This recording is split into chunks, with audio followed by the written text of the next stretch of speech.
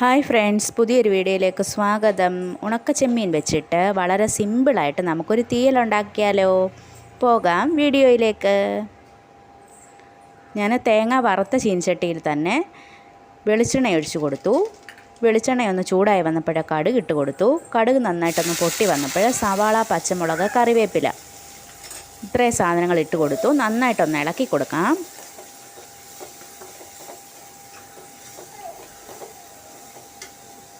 ഇനി ഇതിലേക്ക് ലേശം ഉപ്പ്, മഞ്ഞൾപ്പൊടി ഇട്ട് കൊടുക്കാം.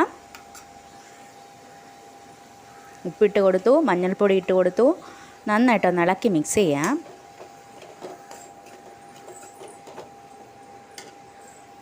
സവാള നന്നായിട്ട് വഴണ്ട് വന്നിട്ടുണ്ട്. ഇതിലേക്ക് നമുക്ക് മല്ലിപ്പൊടി ചേർത്ത് കൊടുക്കാം.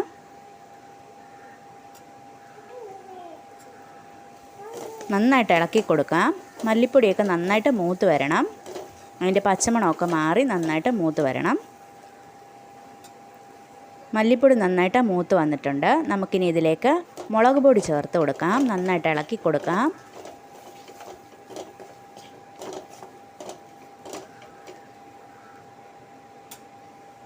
മുളക് പൊടി മൂത്ത് വരുമ്പോൾ നമുക്കിതിലേക്ക് തക്കാളി ചേർത്ത് കൊടുക്കാം. നന്നായിട്ടൊന്ന് ഇളക്കി മിക്സ് ചെയ്യാം. തക്കാളിയൊക്കെ നന്നായിട്ട് വഴണ്ട് വരണം. വെന്തുടഞ്ഞ് വരണം. തക്കാളിയൊക്കെ നന്നായിട്ട് വെന്തുടഞ്ഞ് വന്നിട്ടുണ്ട്.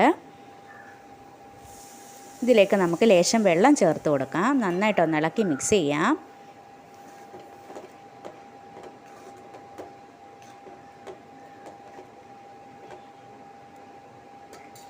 ഇനി നമുക്ക് കഴുകി വൃത്തിയാക്കി വെച്ചിരിക്കുന്ന ഉണക്കച്ചെമ്മീൻ ചേർത്ത് കൊടുക്കാം. നന്നായിട്ടൊന്ന് ഇളക്കി മിക്സ് ചെയ്യാം. ഈ സമയത്ത് ഉപ്പൊക്കെ നോക്കാവുന്നതാണ്. തേങ്ങ വറുത്തരച്ച് വെച്ചിട്ടുണ്ട്. വെള്ളം ചേർക്കാതെയാണ് ഞാൻ തേങ്ങ വറുത്തരച്ച് വെച്ചിരിക്കുന്നത്. തേങ്ങ വറുത്തരച്ച് വെച്ചിരിക്കുന്ന മിക്സ് ഇതിലേക്ക് ചേർത്ത് കൊടുത്തിട്ട് നന്നായിട്ട് ഇളക്കി കൊടുക്കാം.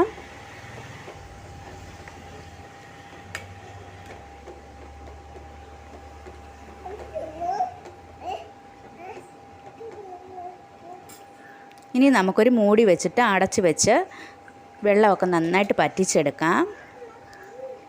അപ്പോൾ ദേ ഞാൻ തുറന്ന് നോക്കിയിട്ടുണ്ട്. വെള്ളമൊക്കെ നന്നായിട്ട് പറ്റി വന്നിട്ടുണ്ട്. അപ്പോൾ നമ്മുടെ കറിയൊക്കെ ഇവിടെ റെഡിയായി വന്നിട്ടുണ്ട്. ഇത്രയേ ഉള്ളൂ. വീഡിയോ ഇഷ്ടപ്പെട്ടാൽ ലൈക്ക് ചെയ്യണം, ഷെയർ ചെയ്യണം, സബ്സ്ക്രൈബ്